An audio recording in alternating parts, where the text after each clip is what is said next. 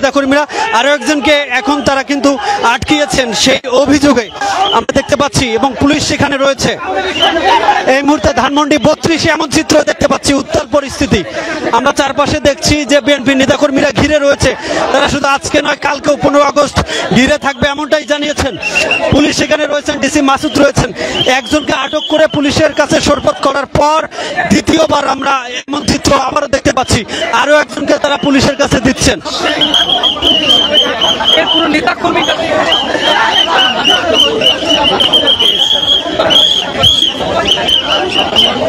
রাস্তার চারপাশে কিন্তু বিএনপি নেতাকর্মীরা ঘিরে রয়েছে এবং প্রশাসনও রয়েছে। সাধারণ গাড়ি চলাচল তারা একদম বন্ধ করে দিয়েছে মূল সড়কে।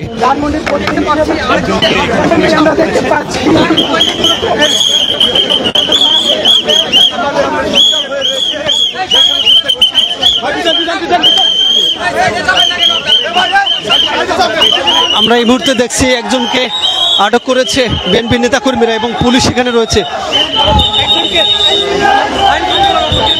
এ পর্যন্ত দুজনকে আটক করে পুলিশের কাছে একজনকে সোপর্দ করা হয়েছে এবং একজন এখনো পুলিশের রক্ষণাবেক্ষণে রয়েছে, আমরা এমন চিত্র দেখছি। অপরদিকে কিন্তু ব্যারিকেড রয়েছে, সাধারণ পথে যান চলাচল বন্ধ করে দিয়েছে তারা, এমন চিত্র কিন্তু আমরা দেখছি। ধানমন্ডি 32-এ এখন এমন চিত্র দেখা যাচ্ছে, পুলিশের গাড়ি এখানে দাঁড় করানো রয়েছে। দেখুন পুলিশ এখন কিন্তু সোপর্দের এবং অভিযুক্ত সেই ব্যক্তিকে গাড়িতে তুলছে। পুলিশ এখন গাড়িতে তুলছে। আওয়ামী লীগের অভিযোগে কিন্তু একজন ব্যক্তিকে আরো সোপর্দ করা হলো, কিছুক্ষণ আগে আরো একজনকে সোপর্দ করা হয়েছে। এই সহ দুইজন ব্যক্তিকে সোপর্দ করেছে বিএনপি নেতাকর্মীরা, আমরা এমন চিত্র দেখতে পাচ্ছি।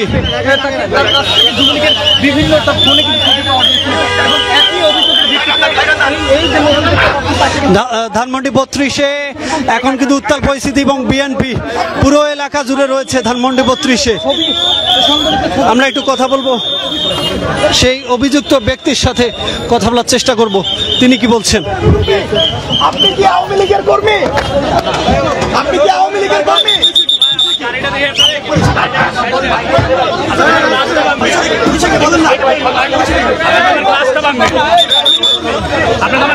আমরা দেখছি সেই অভিযুক্ত ব্যক্তিকে কিন্তু সেখানে রাখা হয়েছে এবং অভিযুক্ত ব্যক্তিকে তারা জিজ্ঞাসাবাদ করছেন, এমন চিত্র লক্ষ্য করছি।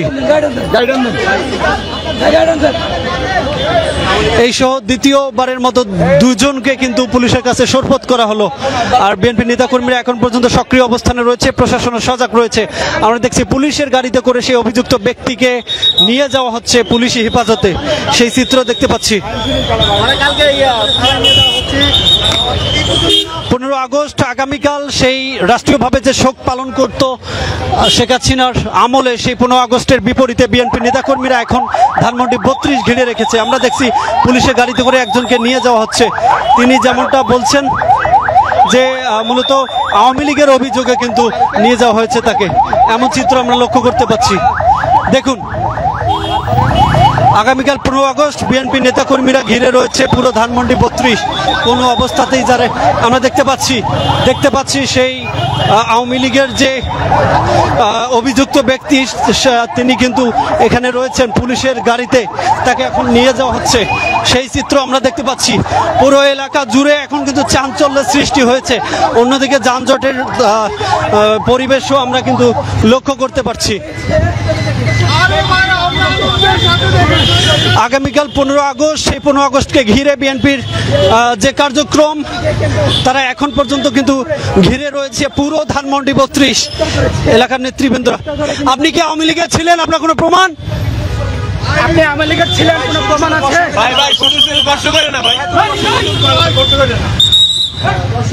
আমরা দেখছি পুলিশের গাড়িতে করে কিন্তু নিয়ে যাওয়া হচ্ছে সেই অভিযুক্ত ব্যক্তিকে, এমন চিত্র দেখলাম।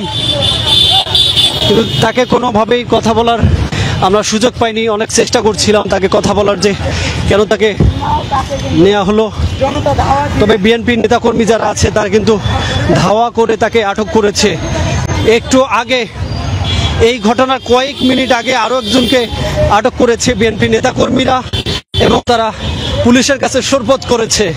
ঠিক তেমন তার কয়েক মিনিট পরে 10 মিনিট পরেই কিন্তু আর একজনকে তারা ধাওয়া করে আটক করে এবং আওয়ামী লীগ সন্দেহে পুলিশের কাছে সোপর্দ করে সেই অভিযুক্ত ব্যক্তিকে কিন্তু পুলিশ হেফাজতে নিয়ে গেল। আপনারা সেই চিত্র দেখলেন। কেউ সামনে আইসা না ভাই, একটু সামনে জায়গা রাখেন। আচ্ছা ভাই, যারা বুম দিচ্ছেন একটু ইয়া করেন। ঠিক আছে ভাই। আচ্ছা ভাই, সবাই পাইছেন? আমরা এখানে সবাই রেডি? এই শুভন ভাই, মাসুদ, এখানে দুইটা মবের সৃষ্টি হয়েছে, 3 জনকে আটক করা হয়েছে। আমরা একটু জানতে চাই যে মব এখানে যেহেতু হচ্ছে এবং যারা ধরে দিচ্ছে, অনেকে মানিব্যাগ ছিনতাইয়ের ঘটনা, এখানে কিছু রাখা আবার মানিব্যাগটা ফেরত দিয়েছে। এই মব দমনে কি আপনারা ব্যর্থ? আর কয়জনকে আপনারা এখান থেকে আটক করে নিয়ে আসে? না, মবের বিষয় না। আমি বলি, এখানে এই যে 32 নম্বর কেন্দ্রিক অনেকে এখানে বিভিন্ন উৎসুক জনতা, বিভিন্ন রকমের লোকজন, অনেক দেখবেন যে এখানে শত শত লোকজন আছে। এর মধ্যে থেকে হয়তো বা কারো মানে যদি সন্দেহজনক কিছু মনে হচ্ছে, হুট করে তাদের একটা মধ্যে একটা হইচই শুরু হয়ে যাচ্ছে। সাথে সাথে কিন্তু পুলিশ, আমি নিজে 2টার ক্ষেত্রে এটা দেখলাম, এবং সাথে সাথে আমরা পুলিশের এটা পুলিশের ইয়েতে হেফাজতে নেওয়া হয়েছে। নেওয়ার পরে তাদের মোবাইল টোবাইল নিয়ে আমরা আসলে চেক করব, দেখব। কিন্তু এইটা যেটা হচ্ছে, এটা আমি মনে করি ঠিক আছে, এইসব ঠিক হচ্ছে। তো এগুলো আমরা আছি, এখন আমাদের পর্যাপ্ত পুলিশ ফোর্স আছে, প্রয়োজন হলে আরও নিয়ে আসবো। আর এটা যেটা হচ্ছে, এটা পুলিশ ফোর্স এখানে যারা আছে, এটা আসলে একেবারে স্বাভাবিক একটা প্রক্রিয়ার মধ্যে আমাদের নিরাপত্তা নিশ্চিত করার জন্যই আমরা আছি। খালি শুধু এখানে না, সব জায়গায় আছে। এটা সারা ঢাকা শহরে আমাদের পর্যাপ্ত নিরাপত্তা ব্যবস্থা আছে, তার অংশ হিসাবে কিন্তু এখানে। আর যে জিনিসটা ঘটতেছে, এটা আমরা দেখি, এটা নিয়ে আমরা কথা বলতেছি, কথা বলে এটা যেন না ঘটে, এই ধরনের ঘটনা, এটা আমরা চেষ্টা করছি। এখানে সাধারণ মানুষের প্রবেশের দিকে সংরক্ষিত ছিল বিকাল পর্যন্ত, আমরা দেখেছি। কিন্তু হুট করেই উন্মুক্ত করা হলো বা দলীয় নেতা কর্মীরা ঢুকতে পারলো, এটা আসলে বেশি ছাড় দেওয়া হলো কিনা আপনার কি মনে হয়? যেহেতু এটা নিয়ে একটা পূর্ব আভাস ছিল, শঙ্কা ছিল। এটা এখানে আসলে সংরক্ষিত না, এটা সবার জন্যই উন্মুক্ত। এটা সংরক্ষিত ছিল, বিকেলের দিকে হয়তো বা কি অবস্থা ছিল যায় না, তবে এটা যে কেউই আসতে পারে, এটা নিয়ে সমস্যা নাই। এটা এখানে যাচ্ছে, লোকজন চলাচল করতেছে। হয়তোবা আমরা অধিকতর নিরাপত্তা নিশ্চিতের জন্য 2 পাশে ব্লক দিয়ে আটকানো আছে, যেন গাড়িটা না যেতে পারে, যেন এটা আবার নতুন করে অন্য কোনো ঘটনা যেন না ঘটে, ওইটার সতর্কতা হিসাবে। কিন্তু এমনি একেবারে এখানে কেউ ঢুকতে পারবে না এরকম কোনো বিষয় নাই, এখানে সবাই ঢুকতে পারবে।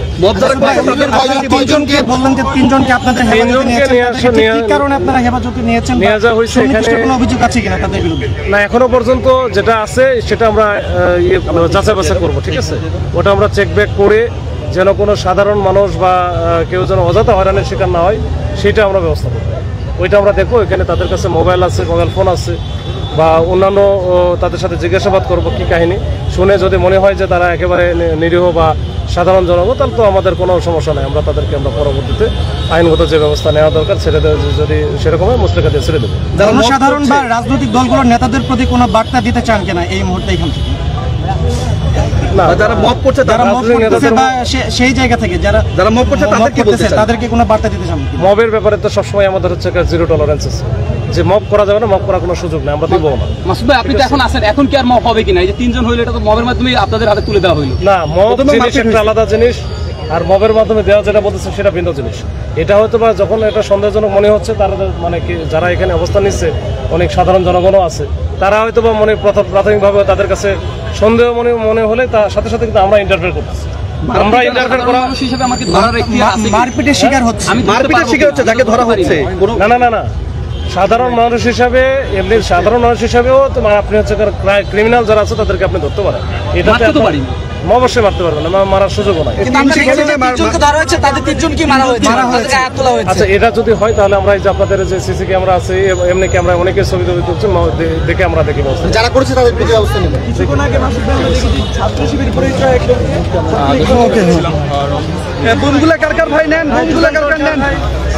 আমরা এই মুহূর্তে শুনলাম যে ডিসি মাসুদ কি বললেন। ডিসি মাসুদ যেটি বললেন যে মব সৃষ্টির বিষয়ে কথা বলেছেন তিনি, এবং সাধারণ মানুষকে যাতে কোনো আটকানো না হয় সেই বিষয়টিও তিনি লক্ষ্য করবেন। ধানমন্ডি 32 এখন উত্তাল পরিস্থিতি আমরা লক্ষ্য করছি এই মুহূর্তে। সর্বমোট 3 জনকে ইতিমধ্যে আটক করেছে বিএনপি নেতাকর্মীরা, এবং আওয়ামী লীগ অভিযোগে 3 জন আটককৃত ব্যক্তিকে পুলিশের কাছে সোপর্দ করেছে তারা। ভাঙ্গার মতন কিছুই নাই, সবই তো শেষ। এখন যদি ওরা আসে কোনো ধরনের সময় এই জায়গায় আসার চেষ্টাও করে, তা ওদেরকে ভাঙ্গা হবে ইনশাল্লাহ ভালো মতো। আমরা যদি ওইরকম কিছু সম্ভাবনা থাকে, আমরা সারা রাত থাকবো, আর 10টা কেন তারপরের দিনও থাকবো। ওইরকম সম্ভাবনা যদি দেখি প্রতিরোধ করার চেষ্টা করবো ইনশাল্লাহ। ভাঙ্গার মতন কিছুই নাই, সবই তো শেষ। এখন যদি ওরা আসে কোনো ধরনের সময় এই জায়গায় আসার চেষ্টাও করে, তা ওদেরকে ভাঙ্গা হবে ইনশাল্লাহ ভালো মতো।